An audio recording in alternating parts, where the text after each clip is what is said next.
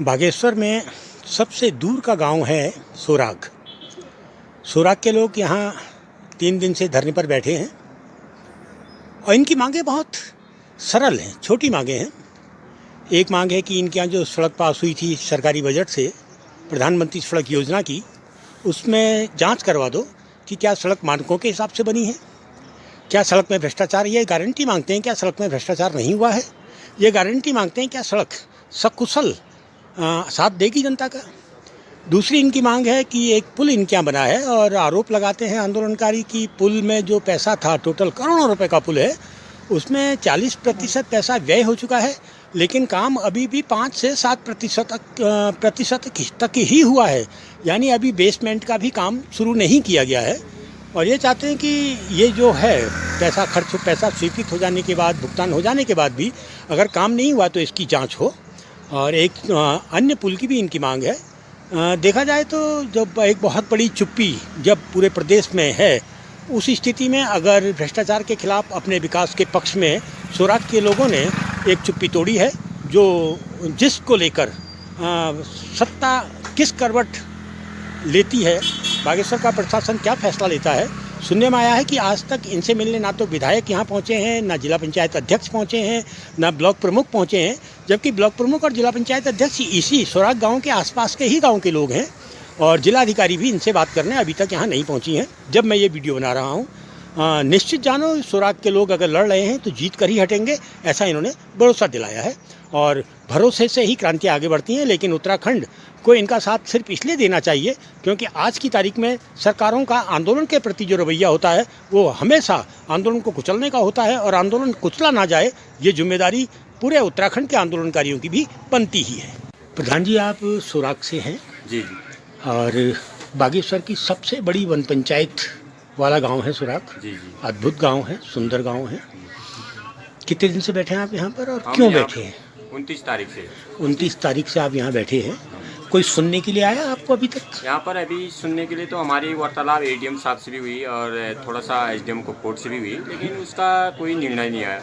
और हमारी दोनों वेबकॉज या पीएमजीएसवाई के दोनों अधिकारियों से भी बात हुई, लेकिन उसमें कोई बात नहीं बन पाई, क्योंकि थोड़ा सा हमारा पुल का थोड़ा सा उनके साथ बात हुई। हमने लिखित भी लिया है वेबकॉज के अधिकारी से, लेकिन मेन जो है हमारा रोड का भी है। तो रोड का ऐसा है कि उसमें जांच कमेटी गठित होनी है।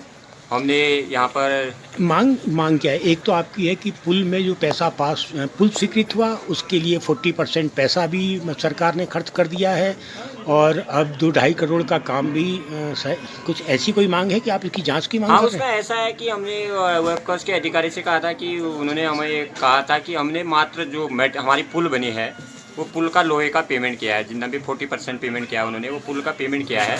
जो वहाँ साइट वर्क का पेमेंट अभी नहीं किया गया है उनके द्वारा। तो और पीएमजीएसवाई का उनका कहना है, हम कह रहे हैं जो हमारी कमियां हैं, जो गुणवत्ता से सड़क नहीं बनी है, उसमें जांच कमेटी गठित की जाए। पहले भी हम जिला अधिकारी महोदय के पास आते हैं 23 जनवरी 2023 को, उस समय कहते हैं कि जांच कमेटी गठित कर दी जाएगी, 1 सप्ताह में वहाँ जांच बैठा दी जाएगी, लेकिन वहाँ कोई आता नहीं।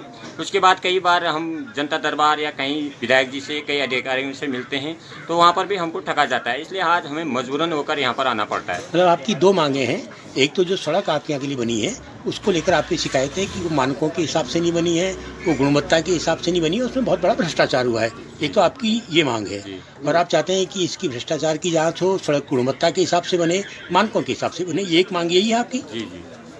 एक मांग, हाँ, हमारी सड़क की जो जहाँ उसमें कमियाँ, बैंड की कम चौड़ाई, और सड़क में एक ही सोलिंग में डामर का होना, या उसमें पुश्ता दीवार कॉजवे नहीं बनना, और कई अनियमितताएं हैं उसमें, उसकी जांच होनी जरूरी है। तभी हमको पता चल पाएगा कि ये लोग काम करेंगे नहीं करेंगे। उसमें खुद ही है, अभी विभाग की कह रहा है कि ये गुणवत्ता के साथ ये सड़क नहीं बनी है।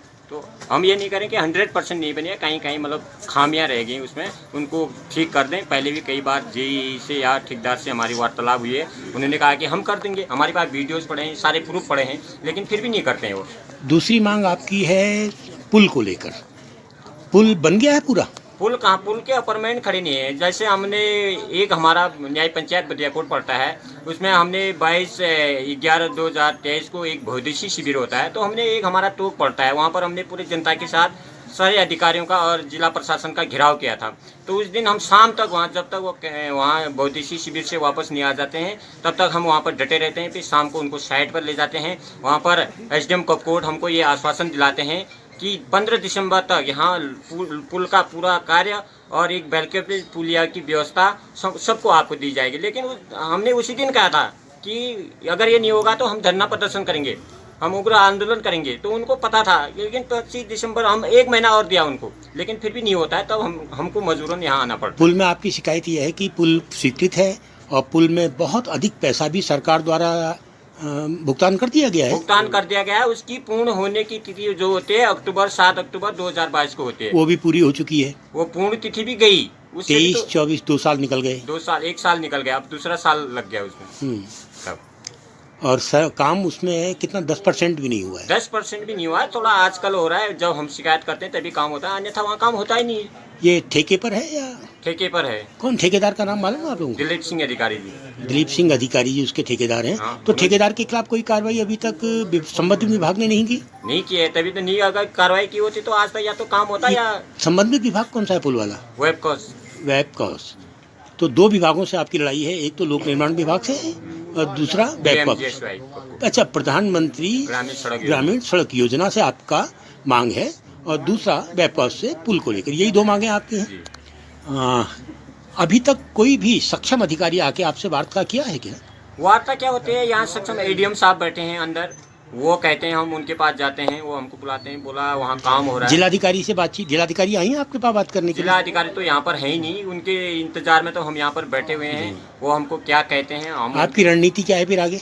हमारी रणनीति यह है, हमारी एक मांग रहेगी कि जांच कमेटी गठित हो और जांच कराए, और ग्रामीणों को लेकर जांच कमेटी में भी हम कहेंगे, ये नहीं कि वो अपनी तरह से मतलब जांच कमेटी में ग्रामीणों का प्रतिनिधित्व भी हो, ये आप कहते हैं? उसमें होना तो जरूरी ये है, आप कहते हैं। और हम ये भी कहेंगे कि हम उसमें ये भी कहेंगे कि अच्छे अधिकारियों को उसमें रखा जाए।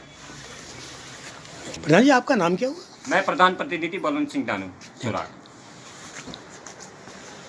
तो बैठे हैं फिर आप लोग हैं? जी। खा के बैठे हो बिना खाए बैठे हो?